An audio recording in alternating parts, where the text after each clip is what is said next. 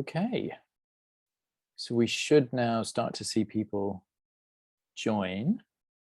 Yep, and I can see that we've got this great little ticker down at the bottom, participants going up 31, 32. Good, we've got a good turnout today. Welcome everyone. Welcome to Escape Studios.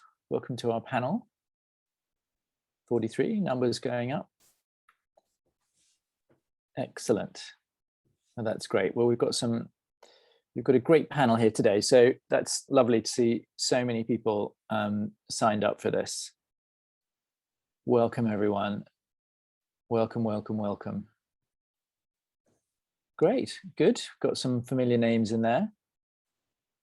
Some folks, I can see some currently enrolled students at Escape Studios. Amid some of the names. Gary, welcome. One of our second-year animators, very talented. Excellent. Someone from the USA, yay. Welcome from the USA. Excellent. It's a global business now. I didn't vote for Trump. It's all right. I wasn't going to get upset with anyone. We're strictly non-political around here. Just love animation. Oh. Yay, from Australia. That's fantastic. Great. And from Bournemouth, woohoo. I think we've got some Bournemouth graduates here. Jack, you were at Bournemouth, is that right? I think you were at Bournemouth Arts University, is that right? If I got that right? Yeah, can you hear me okay? Sorry, yeah. Is my microphone working? Yeah, I was at AB. Excellent. I taught a few classes down there a few years back. That's Oh, still a pretty 2D, it's yeah, still a pretty 2D school, isn't it?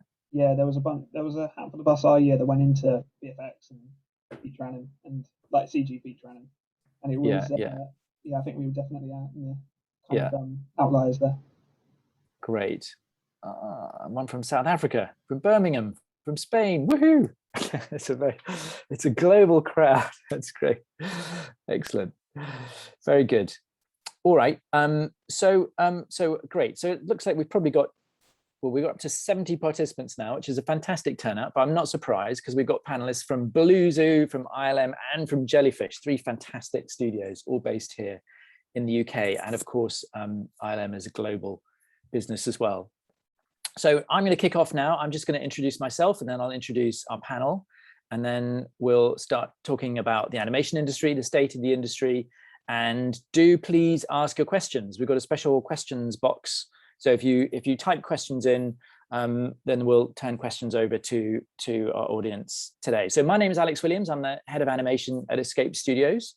And obviously we teach people animation. We train animators and do our best to help animators find work in the growing animation industry, which is why we're running this event today.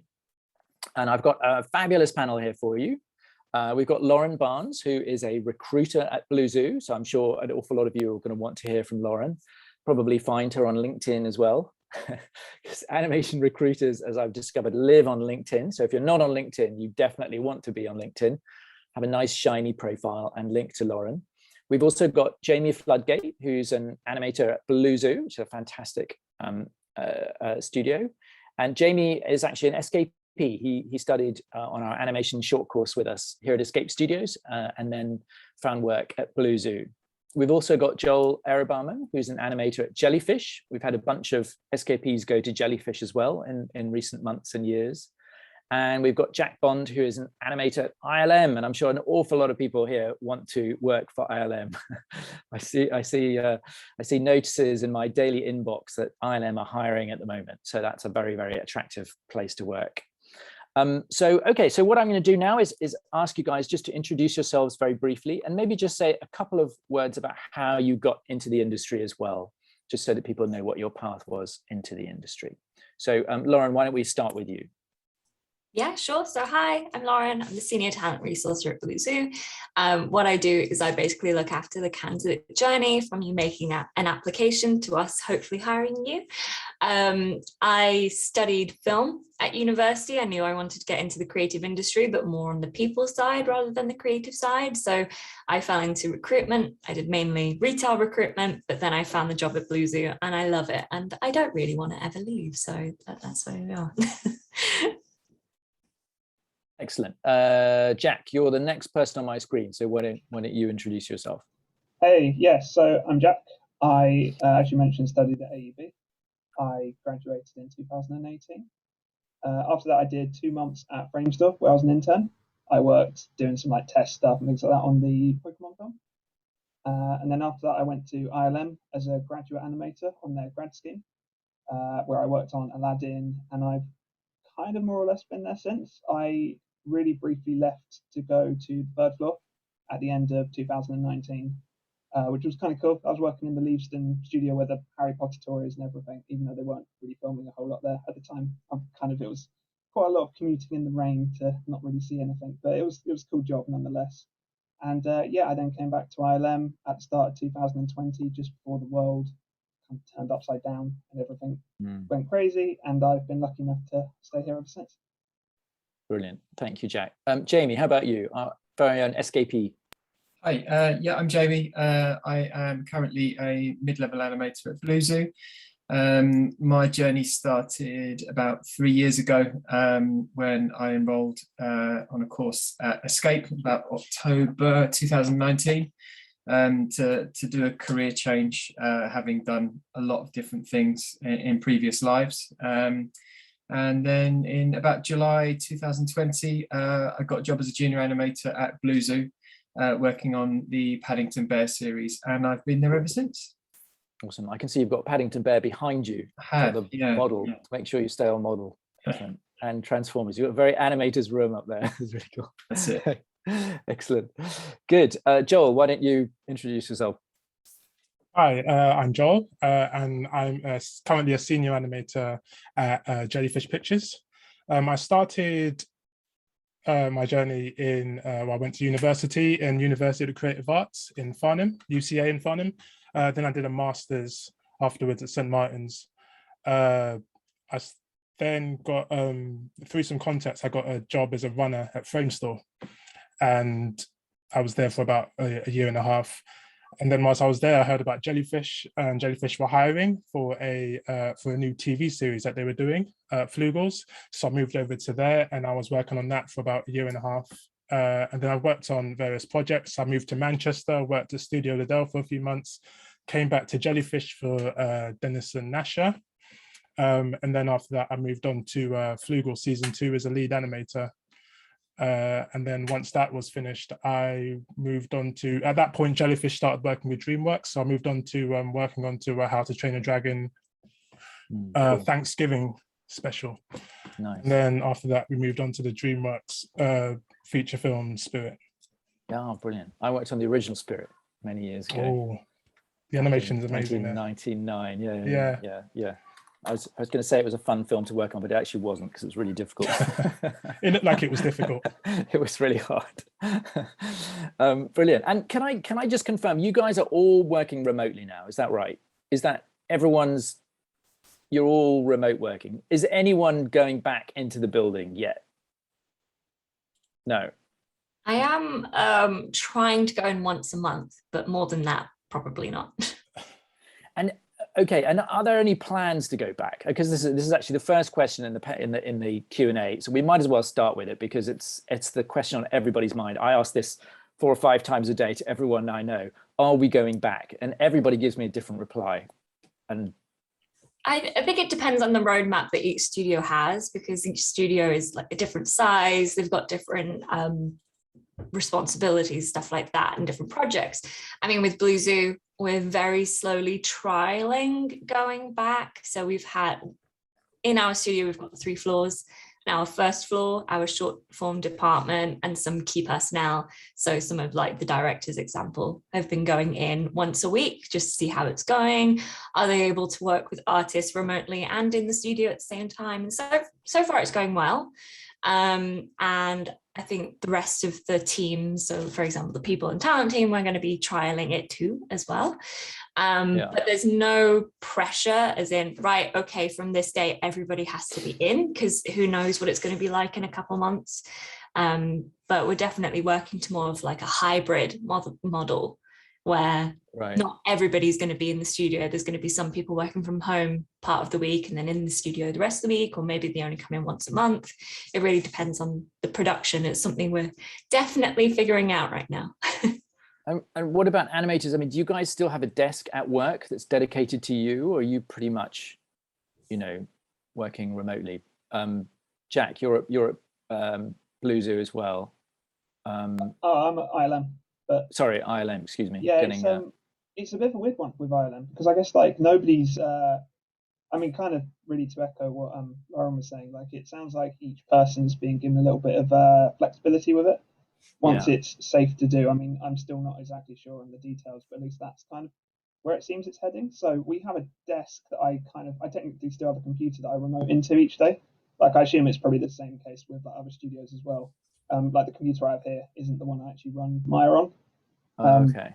So I guess like technically I have a desk, but it's a bit weird. I'm actually gone and sat there for a while, and they've kind of cleared all my stuff off it and packaged. So you're still working at your desk, but you're working remotely. You're accessing. Weirdly, yeah, I think that's kind of the way you're it accessing works. I'm not super techy with it, but yeah, I think that's kind of the way it works. Like the actual, I guess because there's that whole question of like having your own personal PC. I guess it's a lot of security problems with that. Yeah. Plus, like asking it to run renders and stuff like that. Like, what if people don't have powerful enough machines? So yeah, that's at least the way that we've sort of been doing it.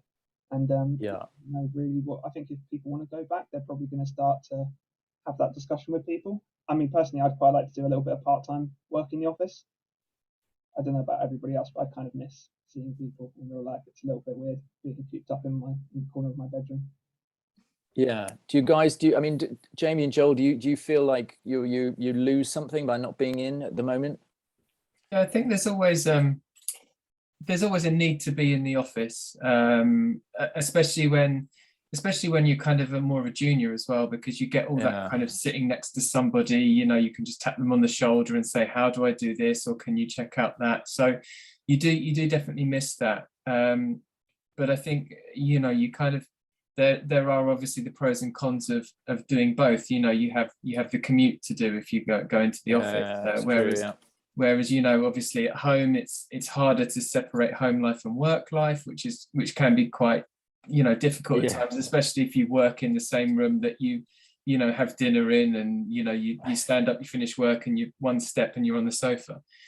Obviously working from home, you don't have that commute, so you can I tend to find that I can use that time productively, go for a run in the mornings, or do stuff like that. So having that balance, as Jack said, it is a really nice thing. And I think when things get back to normal, I think companies, now that they've realized that you can work away from the studio, I think might start adopting kind of a hybrid approach, where you might be in the office 2-3 days, and then the other 2 you can kind of get on with it. And I think that's a really healthy way to be. Yeah. Joel, what about you? Are you going? Jellyfish is based in Brixton, isn't it? I mean, there was a sort of shiny new studio, isn't it? Yeah, there is a shiny new studio that hadn't been used much because because we literally opened up just before everything went into effect. But I think right now we're slowly trying to get people back into the studio, but still like more on like a part-time basis. I think like as much as I enjoy working from home, because I live on the other side of London, so I do like 3 hours of travel a day. I do think it's quite useful to be working, like Jamie said, around other people that can help, and there's the social aspects of it, and it's just more, I think you produce better work when you're working together as part of a group, and you can throw ideas around and talk to people, and talk about your shots and everything. Okay, let's talk about the state of the industry. I have the impression that the industry is very busy right now. I see a lot of job ads out there. Lauren, why don't you lead on that, because you're recruiting. Obviously, are you guys actively looking for people right now? Yes, definitely. So we've got a couple shows that have landed, which is really exciting. So we're starting to crew up for those. And we've started posting some jobs for like earlier on in the pipeline. So design, surfacing, stuff like that. And I'm sure animation will come up in the next month or so. But as a recruiter looking at the industry as a whole, it's definitely very, very busy. I think especially with VFX studios reopening, now that everything's opening back up again, there's a huge demand for animators in so many different parts of the industry, and not just animators, but artists in general. Yeah, yeah. And what about, I mean, people, because we're particularly interested in obviously entry-level positions. A lot of people on this call will be looking to land their first job. Our graduates from Escape are, of course, looking to land their first job. Are you hiring juniors? Is that something that's going on right now? Yes, definitely. And especially junior animators when the posts start coming up. I saw a question in the Q&A somewhere saying that are there less junior animators because of remote working? We're very much still hiring junior animators. We've hired quite a few during the pandemic. So there's a lot of junior animators that probably haven't met their team in person yet and have probably found it very difficult, but they're absolutely smashing it and producing amazing work. So it's not something that would deter us from hiring junior talent. Yeah, yeah. Although you still have to be really good, right? I mean, you've still got to have that killer demo reel, and yeah, yeah. And what about? I mean, this is a question that I'm curious about, because now that Brexit has obviously happened, presumably that makes it harder for you guys to recruit from some of the top European schools like Gobelin or Artifex or Supinfocom. Is that right? Or has that not changed? I think down the road it will be a bit harder. I mean, right now, because we are fully remote, we're working with everybody remotely. So we're able to hire talent in France and Germany and across Europe remotely. So as Jack was saying, we've got remote desktops, so people are given a remote connection, they can work in the studio. So you can employ someone in France. Yeah. And that's fine. Brexit doesn't affect that. Is that correct? Because they'd be on a freelance contract. So if they're freelancing, that's absolutely fine. But I think when things start opening up again, it'll be interesting to see how that changes on how to bring talent over. So you can bring someone in as a freelancer on a short-term contract, and you don't have to get them a visa. You don't have to fill out 500 forms and get them double stamped because they'll stay in the country that they're in. And they'll organize their own taxes so for example, if I was a French animator, I'd sort out my own French taxes, etc. So they wouldn't need a visa because they're not in the UK. Interesting. Very good. What about, here's a great question from Lily, who asks about starting out as a runner, because there's a big question about whether you should start out as a runner or an intern. Some people are in favor of it, some people are not. Joel, I think you started as a runner at Framestore. Is that right? Yeah. Have I got that right? Do you want to take that one? Would you recommend it or not? I would recommend it. The problem with the problem with being a runner is that some companies it might not be that good of a pathway at some companies. At Framestore, you get, well, back when I was running a few years ago, you get secondments where you get to work on a project. And that will help you get some experience. So it's a good foot in the door, not just for the experience, but also to meet people and to make contacts. I found out about my first job through someone that was at Framestore. So overall, I would say it's a really good thing to get into. I can't speak on internships. I didn't do an internship, but running, I would definitely recommend, but you definitely should be working on personal projects, trying to get your show going at the same time. Yeah, totally. If your Framestore likes to have things going on at the same time, which can help to build runners up, and you have to get involved in that and try to get your portfolio going. Brilliant. That sounds like good advice. And Jack, I think you did a running stint also at Framestore. Is that right? I was an intern at Framestore. So that was 2018 during the summer, just after I graduated. How did you get the internship? Because those are very competitive, aren't they? I think they are quite competitive. I just applied on the website, and I guess I was quite lucky because I think I'd already met recruiters and some of the animators and stuff like that at festivals, recruitment events, whatever. And I think hopefully that made my name maybe stand out as one that they recognised a little bit more. So I don't know if just because they'd had that first contact with me, it might have helped me out a little bit. At the end of the day, I guess it's still to do with show reels and stuff like that. So I guess maybe right place, right time as well, to some degree. Yeah. Lauren, how are you dealing with that? Because obviously you can't meet people in person anymore. and people, you know, undergraduates used to go to these events, these big festivals and Annecy and stuff like that, and meet recruiters, and now no one's going. So Yeah, does that make a difference? I mean, it's been very different for sure, because usually you're just kind of bombarded by everybody, and it is great to meet so many people. I mean, this year most of the festivals went online, so Annecy was online. We did recruitment couple days where the whole talent team were on and everyone booked in one-to-one meetings, which was great. So we were able to meet some fantastic talent, but not as many as we probably would have been there stood on a booth. I mean, thankfully schools like, you know, Escape have been doing panels and stuff like that where we can really get questions out. And also there's that LinkedIn. We're more than happy for people to link in with us and to ask questions, because as you said, we're just not able to do these events in person right now. So it is the best way to get in touch with recruiters and get them to look at your show reel and answer any questions you might have about the studio or roles available, stuff like that.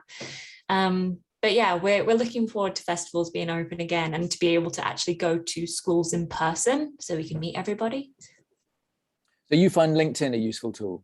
Yes, Yeah. Definitely. Yeah, I think I do 50% of my recruiting on LinkedIn. So if you don't have LinkedIn yet, guys, get it.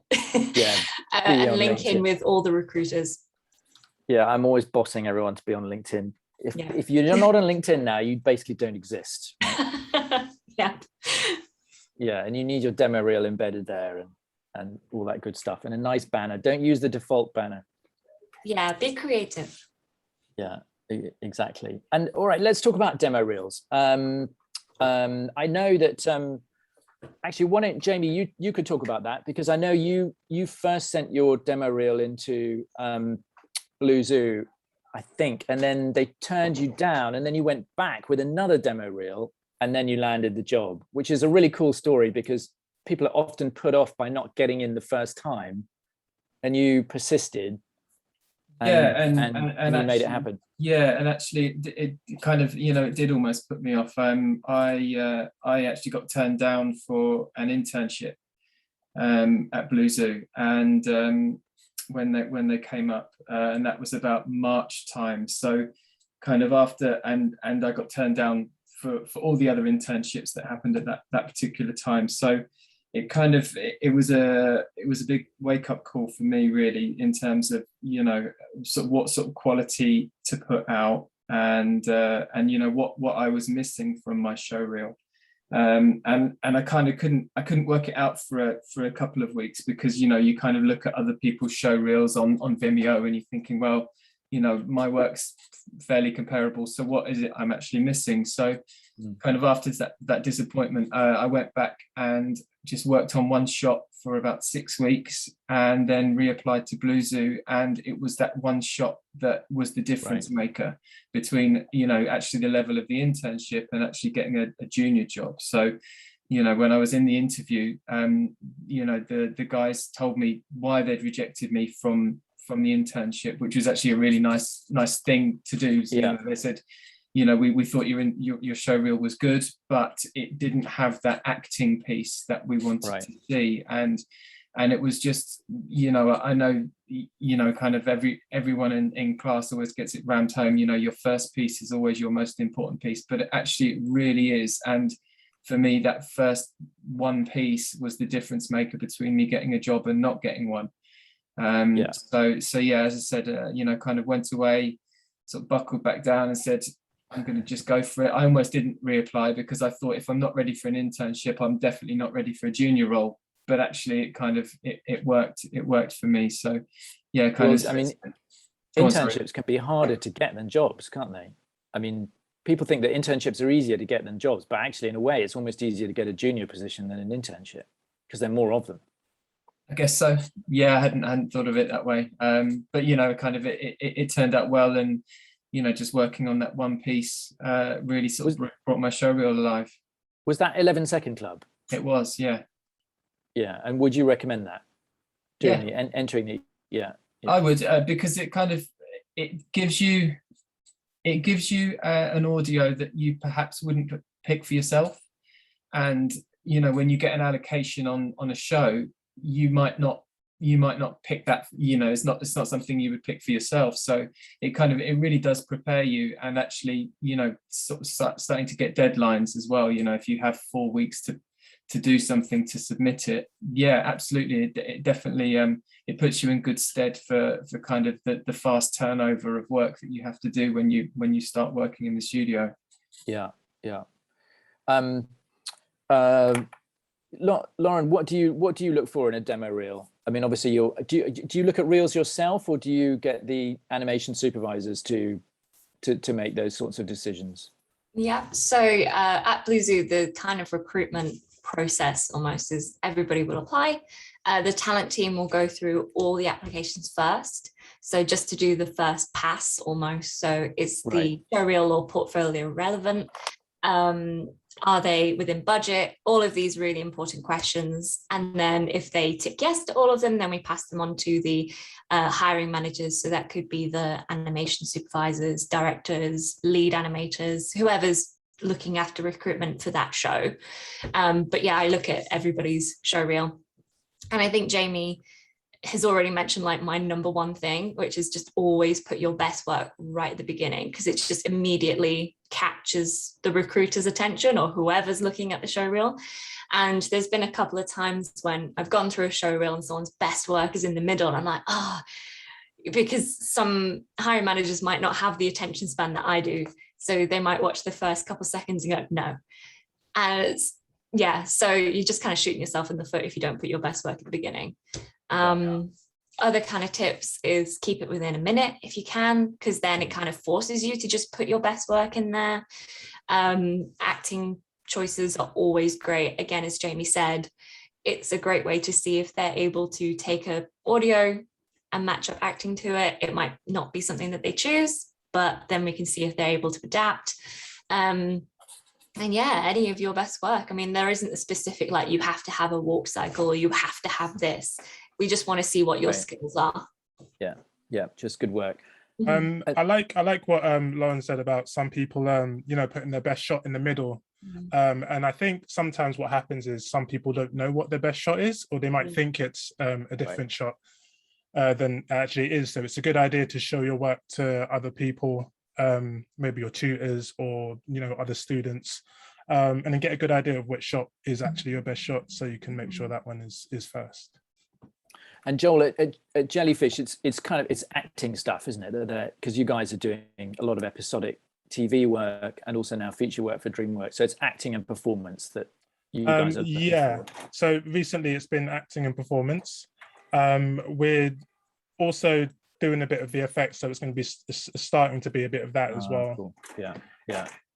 Yeah, and of course, yes, and all these studios, it's a mix. I mean, Jack at ILM, I presume that you're after more visual effectsy type stuff, or is it character work? Yeah, it's typically, I mean, if you have got, I guess, good character work, like that would be considered. But I mean, I guess for ILM at least, it's more about, again, something that's a bit more sort of subtle, a bit more realistic. Like for me, at least, when I was applying for the grad scheme, I decided I wanted to do a lip sync piece, but instead of doing one that's quite sort of expressive and quite sort of cartoony, I deliberately picked one that was quite nuanced, quite sort of subtle. So in my case, I was less focusing on smear frames and stuff like that, more like eye darts, for example, and really kind of micro movements in like mouths and subtle breathing and stuff like that. Really trying to kind of get stuff that, I guess, that'd be the difference between perhaps something at Jellyfish and something at ILM. It's like, not to say that stuff isn't done at Jellyfish either, but I guess ILM, it is more a bit rooted in really realism at the end of the day, being mostly visual effects.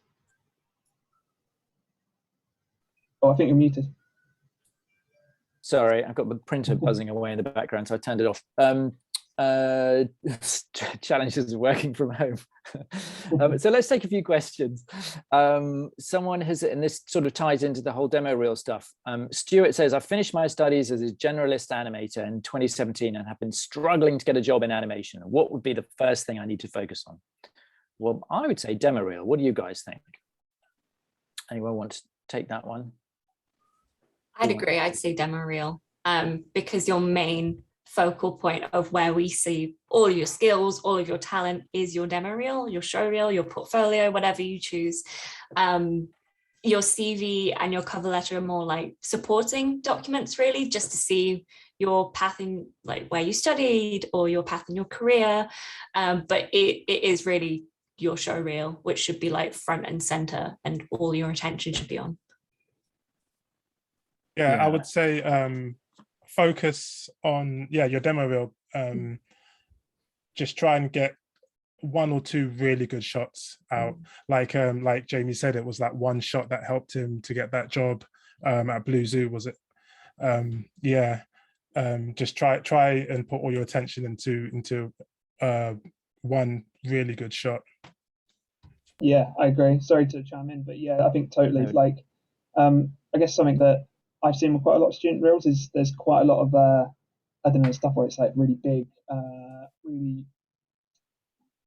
like kind of over exaggerated big work, where perhaps if you'd I guess stripped it back and kind of said, okay, so they're doing a 50-second long creature fight with 10 tigers in it. It's like, I'm going to make like one tiger do a really nice little like body mechanics creature study, and I'm going to make it really, really kick-ass. That I think will stand out more than doing a bigger piece that perhaps is a little bit more biting off more than you can chew. So that, I mean, that'd be my recommendation as well. Like, focus on the quality over the quantity. How do you guys find out what studios are going to be animating? Because obviously, if you've got the inside scoop that say Jellyfish are doing a feature film for DreamWorks about horses, just to pick a random example, then, you know, obviously if you've got a bunch of horse stuff on your reel, that's really going to help, right? Because the animation soups are going to be looking for great horse animation, because they're going to need people who can do quadrupeds. How do you find out about that stuff? Well, from my experience, so I don't think the recruiters or the supervisor will be looking specifically for horse animation. They'll be looking for just really good creature animation, because we want to know that you can do the job. It's not just about horses, because you'll be given shots with bipeds, with humans and other things. It's not a case of having the inside scoop of what studios are specifically looking for. It's more about trying to produce the best work that you can. If you can, you should go for look for the parts that you're weak at, and try and improve on those areas. Like, try and get a really good creature shot going, or try and get a really good performance shot going. But yeah, absolutely. Let's see. James Boyle asks, I've heard there are less junior roles available because onboarding a new person is much harder remotely. Is this the case? Sounds like, Lauren, from what you said, that's not the case. Is that right? Yeah, not the case at all. We're always looking for juniors. It is harder, like, no matter what. But I think no matter what level you are in, what role you go for, it's going to be a bit harder because of the situation that we're in. So we're not going to deny opportunities to people because it's a little bit harder, especially since this industry is still so young, especially in the UK. We need to keep developing that talent and keep bringing in talent as well, or else we're going to come to a standstill and not have anyone to work on our amazing shows. Good. Here's a question for an anonymous attendee who says, I'm wondering if you guys ever have anxiety and depression when there is a job gap, and how you go about overcoming that, as that can make it harder to find work. I find it very tough when there's no structure or routine. And I guess this is kind of a mental health problem, really, isn't it? And problem of working remotely. And also it is kind of a freelance business that we work in, and there are gaps between jobs, and that can make one feel anxious. Animators, do you guys anyone want to tackle that one? I mean, of course, none of you have ever had gaps. I mean, it's really not easy. Kind of the production on Paddington is coming to a close now. So, you know, you kind of get to that sort of 2-month period before the contract finishes, and you kind of the penny drops, and you go, oh, right, what's my next move? What's the future hold? But I think you know, and me personally, I've never worked in contracts before animation, so this is all very new to me. But I think it's about you know, realizing that there might be a gap. I think if you're good and you work hard, I think there's always going to be work.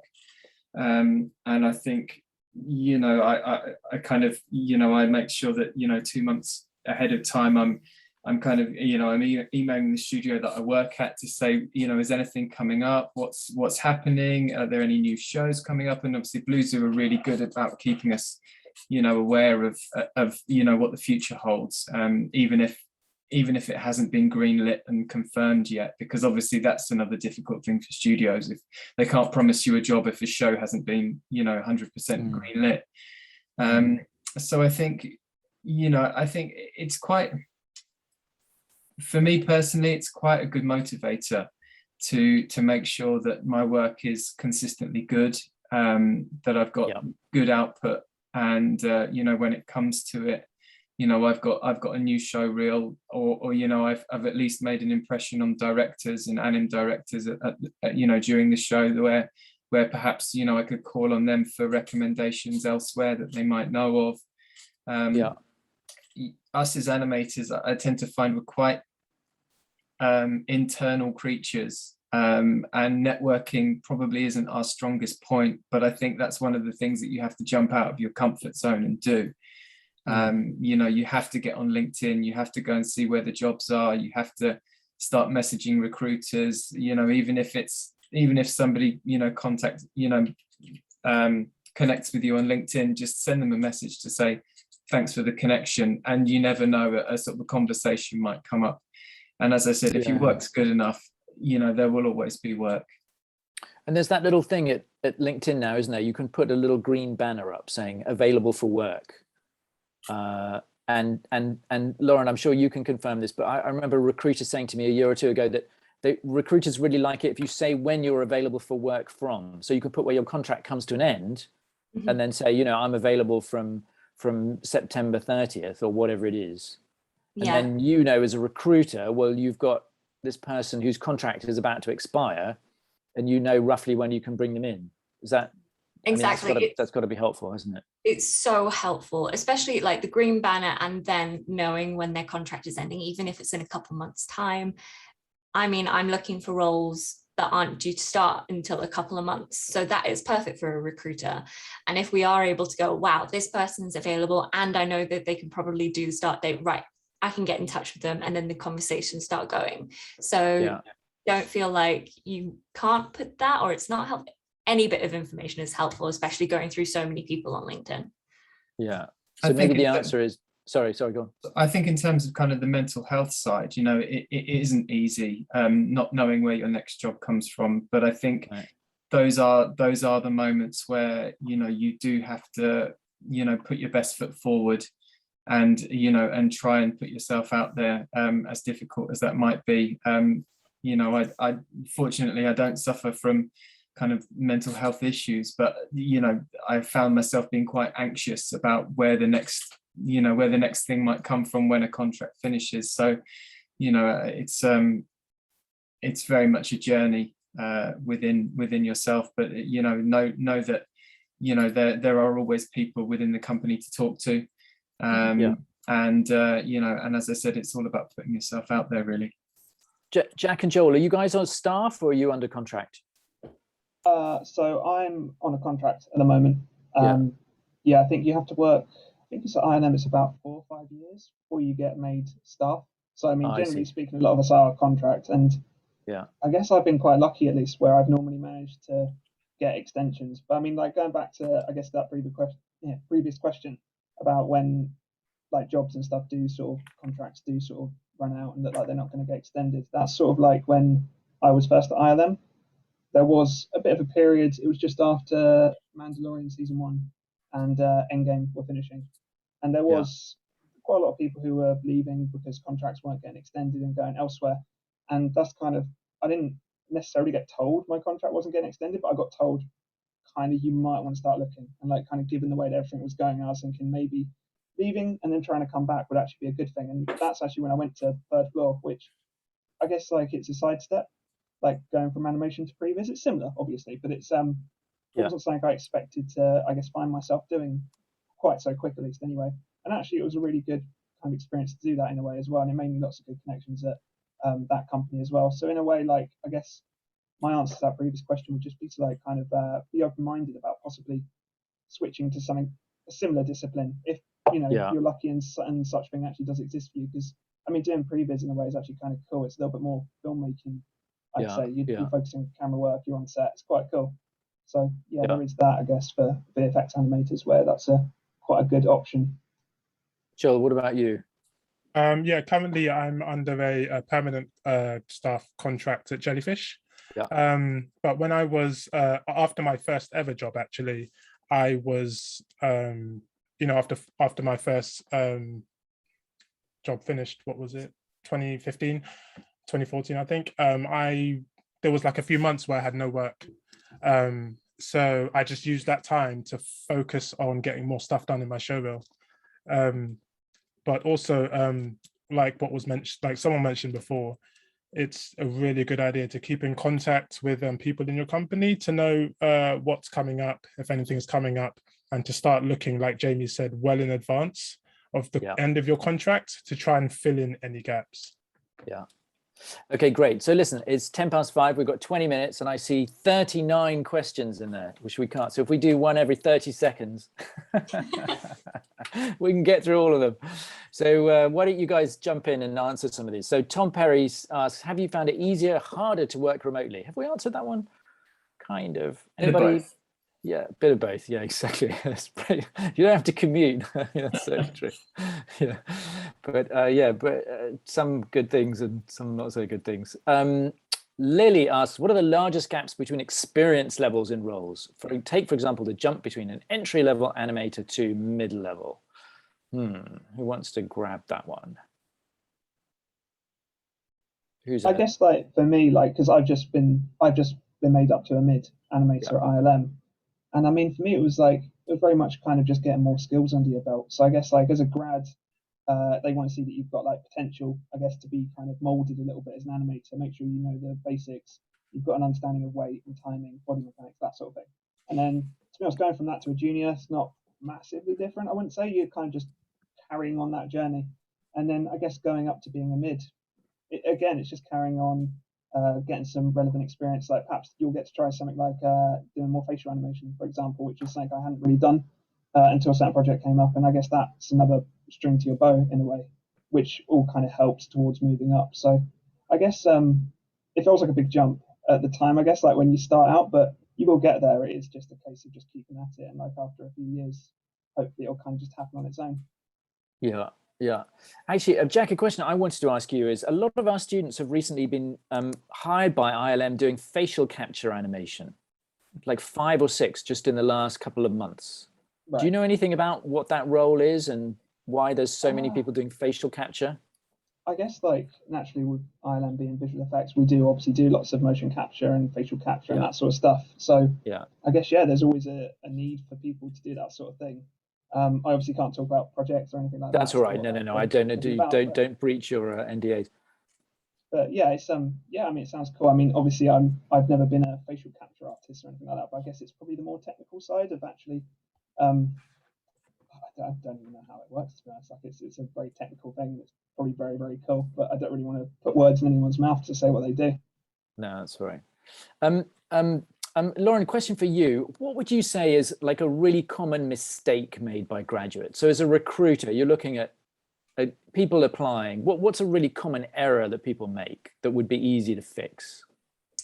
I think a mistake that graduates make a lot is blanket applying. So they go to Blue Zoo, they apply for absolutely every single role, and it can really shoot yourself in the foot, because as a recruiter, if I'm looking for a 3D animation reel and I go through and I find your application and there's nothing at all about 3D animation, it's just automatically no. Next one. So meaning they're applying for animation, modeling, texturing, lighting, everything. Yeah, like absolutely everything. Okay. If there's no examples of that on your reel or in your portfolio, it's a bit of a waste of time for you, really, as well, because it's almost like when you're writing an essay, we need to see examples and we need to see proof that you know what you're talking about. So if you just submit a reel with just animation on it for a surfacing role, then we're not going to be able to put A and B together, find the dots in the middle. You kind of have to spell it out for us almost, of like why you are applying for surfacing with this kind of reel. But yeah, I'd say find what you want to do and specialize in. I know that can be really difficult as a graduate, and really hone into that. Yeah. I hope that makes sense. Yeah, no, that's good. That's a good answer. So here's an interesting question from Kira Woodmansey. She asks if age matters for job postings, and she says, I get the feeling that entering the animation world is a young person's game. I just turned 40, shifting careers from web design. Jamie, why don't you take that? I know you're not 40, but you have shifted careers. I am actually 40 years old. You are 40, okay. Yeah. Well, there you go. You are the perfect person. So yeah, I can answer this question. Yeah, I was 38 when I started at Escape. The great thing about animation is it's all judged on meritocracy. So it's a show reel that somebody looks at. It's not your photo. It's nothing to do with that. So it's a really great leveler. I mean, yes, when you get into the studio, yeah, you are surrounded by people maybe 20 years younger than you. That's just the way it is. But you have to be, I think you have to be young at heart, and you have to enjoy what you do. And if anything, you're kind of your last 20 years of web design experience and things like deadlines, office policy, and just general etiquette in the office actually puts you in better stead than when you get to work, as long as your animation's good. So absolutely doesn't matter. Yeah. Let's see, let's take another question. Svetlina Kumanova asks, what about internships? Are they an easier way to set foot in the industry? Are they easier? Who's got a view on internships? Who started off on an internship? I started off on an internship. I mean, yeah, it's a great way to get into it. I think, as you just discussed earlier, possibly they're harder to get. I think as well, with being an intern, like, there's probably a lot of people applying who are both graduates and people in their second year of uni as well. So perhaps that kind of makes it like something, there's this massive pool of people that all apply for these jobs. So yeah, I mean, if you can get an internship, it's definitely a great way in. I would definitely recommend it. But also, I mean, to me at least, going from intern to junior is really not that, at least in my experience, it's not really all that different. You're not really asked to do much different. Same with me being a grad ILM. I really felt like, to be fair, I was treated like a junior. It was just like a slight title change and a little bit more training that came with it. So yeah, I guess if they're there, apply for it. But I mean, I wouldn't say it's like the only way to get in or anything like that by any means. No. And Ben Kerner asks, are there any internships coming up? I always get asked this. I think you just have to look for them, don't you? Because it's not like there's a central notice board where they're all posted. What about the job alerts? Do you guys all sign up for the animationjobs.com and those various sites, creativeheads.net or whatever they are? There's a whole bunch of ways you can get notifications about these things these days. I used to sign up to things like that a few years ago, but right now LinkedIn is my main go-to for looking for jobs. There's all I'm in connection with a lot of recruiters, so I'm constantly looking, if there's any like projects I want to go on to or anything like that. Yeah, and LinkedIn is sort of becoming a filter for this stuff now, isn't it? It's all there's so much stuff at LinkedIn. Yeah, it's just so much easier to communicate and to show your show reel and your experience and everything. It's amazing. Yeah. Bethany asks, what are the studio's policy on dogs? That's a great question. I remember when I worked at DreamWorks in the 90s, there was a no pets rule, but there was one pet that was allowed in the building, and that was Jeffrey Katzenberg's dog. And he had a black Labrador. And when that Labrador came down the hallway into your office, you knew that Jeffrey was right behind. So it was kind of like a sort of scouting animal to sort of tell everyone that Jeffrey was coming. Anyone got any thoughts on studio pets? Work from home, then you can have a cat. Yeah, I guess you work from home. It's like have as many pets as you want. Are you allowed pets? Letting agencies rules on your flat or whatever, I guess. I wish we could have a cat at Escape Studios. We should have a studio cat. I would love that. Third floor did have a dog, if I remember correctly. I didn't see it all that often. One of the ladies used to bring her dog in. I don't know if everybody else was allowed a pet, because I would have thought I'd seen more. I think she was perhaps an exec or something. Yeah, yeah, yeah. The rules don't seem to apply at the top. Okay. Oh, I have a quick thing. So sorry, it's going back a couple of questions, but you said there isn't a board for like all internships. There actually is.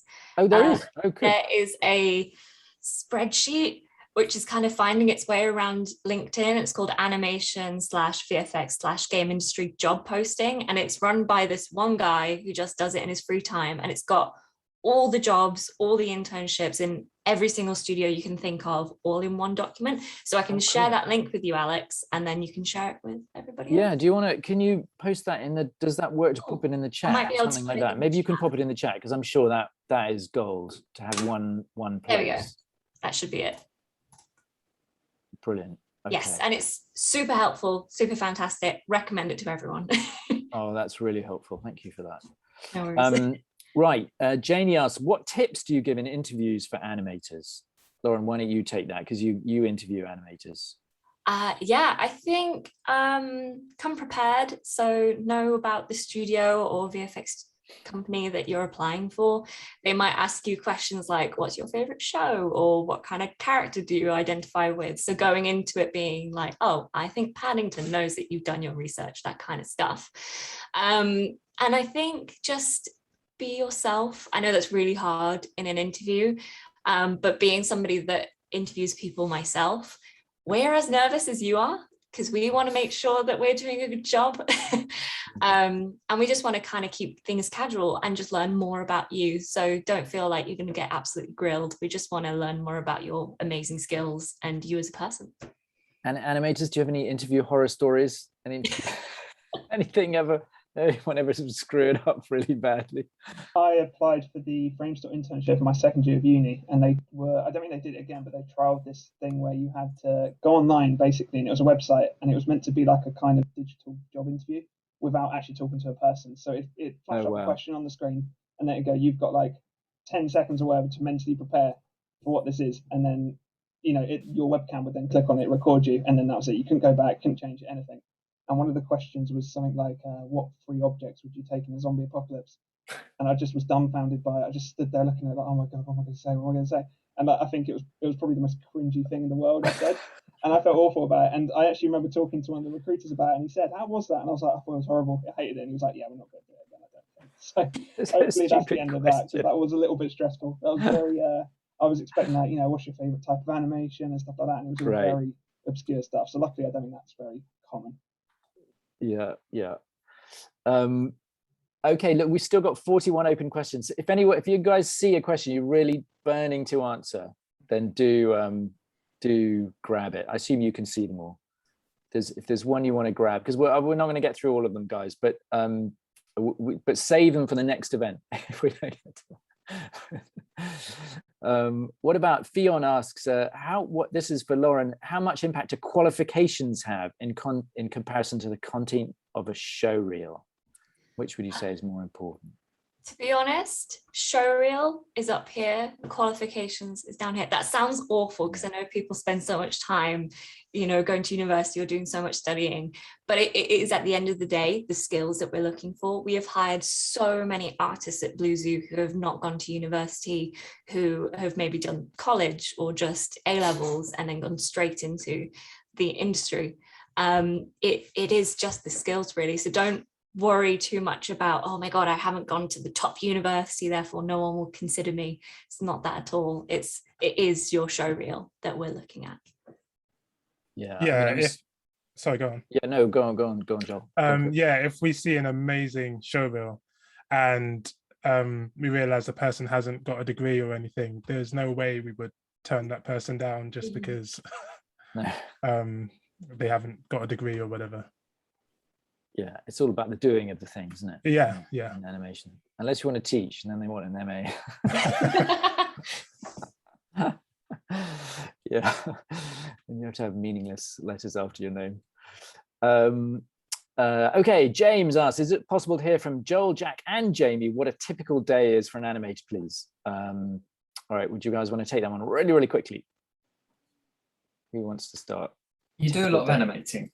in a nutshell, my typical day is we have a team meeting in the morning, every morning, just as a catch up and makes you feel connected to the team. So we spend about 15 minutes just saying good morning and how are you. The Paddington animation schedule is about 4 weeks for an episode, so you'll do your initial blocking for the first 2 weeks after the launch, where the directors will take you through the episode and what they want from it, and then you block it for 2 weeks. You have a halfway review. The directors will give you more notes on what you've done right, what you've done wrong. You have a meeting with them, and then you have 2 weeks to finish it for a 4-week review, and then you do any kind of last minute changes. Within those times, you'll have a meeting maybe once a week with your anim director, who will take you through some of the more finer specifics. But most of the time you're animating. It's super quick deadlines. You can't really ever have a day off where you go, I don't know what I've done today, because your allocation doesn't get any smaller. So it's intense, but it's really fun, and you work really hard. What about the rest of you? Yeah, similar thing really. Days can be very different. Some days you're focused more on like doing reviews, especially now that everything is online. These reviews can sometimes take longer because just the technicality of everything. Depending on the project, you might have dailies where you're going in and speaking to your lead every day, or they might just leave you to it and you might do the daily like once a week. But you are spending most of your time animating, or depending on what stage you are, you may be shooting reference, you're doing blocking or spline or polish, and you're in constant contact with your lead. But yeah, it's mostly animating, surprisingly. Yeah. Concentration. Sorry, go on. No, go on. I was going to say for ILM, I mean, obviously varies show to show, but I mean, I guess the difference with, compared to like what Jamie was saying about Blues is like we get a lot more time for our shots, and a lot of that also kind of gets allocated when, especially on film work, like sometimes you get like a director will look at it and give you like lots of very picky notes, which sometimes they make the shot better, sometimes you're like, okay, got to do these little notes about Boo's hand on this frame or whatever, and it's like that's just part of visual effects, I guess. Like it is a little bit more like that, but it's very cool. It's very satisfying as well when you finally get something finalized, which I mean can take probably like weeks sometimes.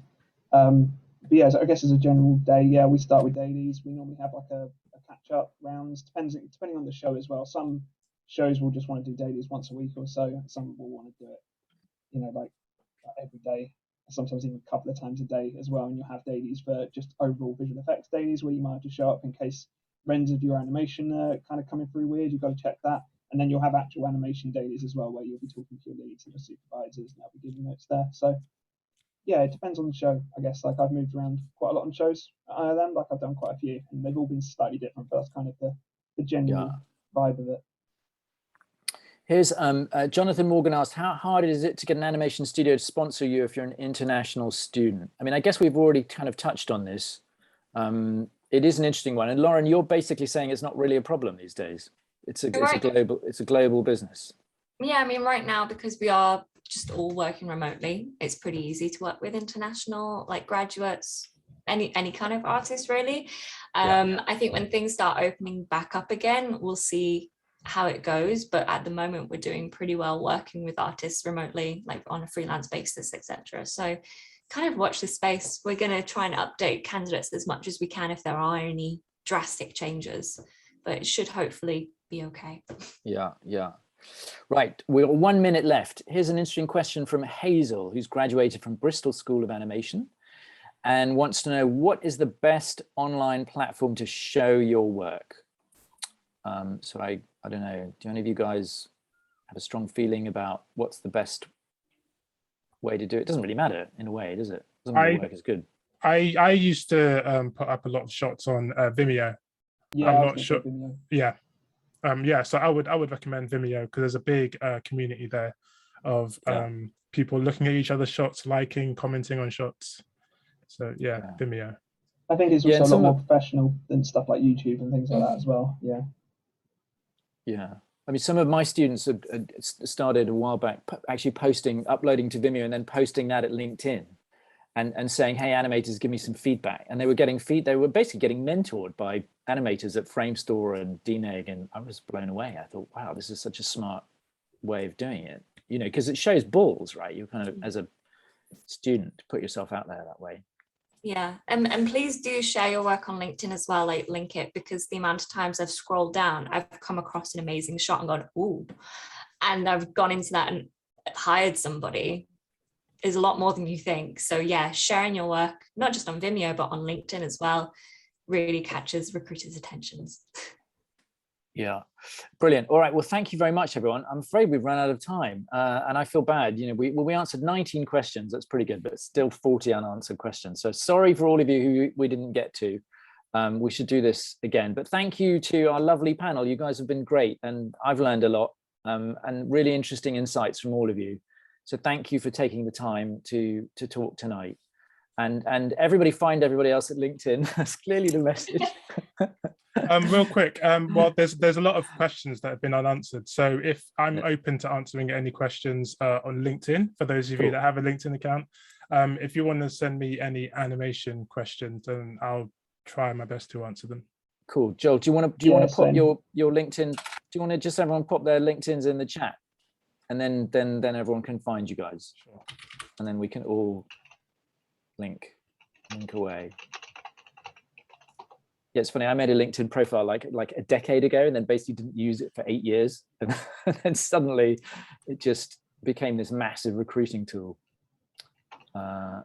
Just really, really powerful. I've just put mine in there. Yeah, for anyone that wants to kind of chat, feel free to message me. Oh well, look, thanks. You guys have been great, and it's been really interesting. And I'm just sorry we didn't have more time to go through more stuff, but I can't wait to see all the projects you're working on. 3 amazing studios, 3 amazing animators, 1 amazing recruiter. Thank you so much to all of you. It's been a real pleasure. Thank you for having us. And I think I'm not sure who's going to end it. Probably somebody official at Escape Studios, not me. I'm the mere host. But David, are you out there? Do you want to come in and wrap us up? Yeah, no, I'm here. It's May. May, do you want to wrap us up and close us down? Say a few closing thoughts. Of course. Thank you so much, guys. It's been a pleasure. We'll see you. Thank you. Very soon. Thanks so much. Thank you. All right. Okay. Bye everyone. See ya. Bye. Bye.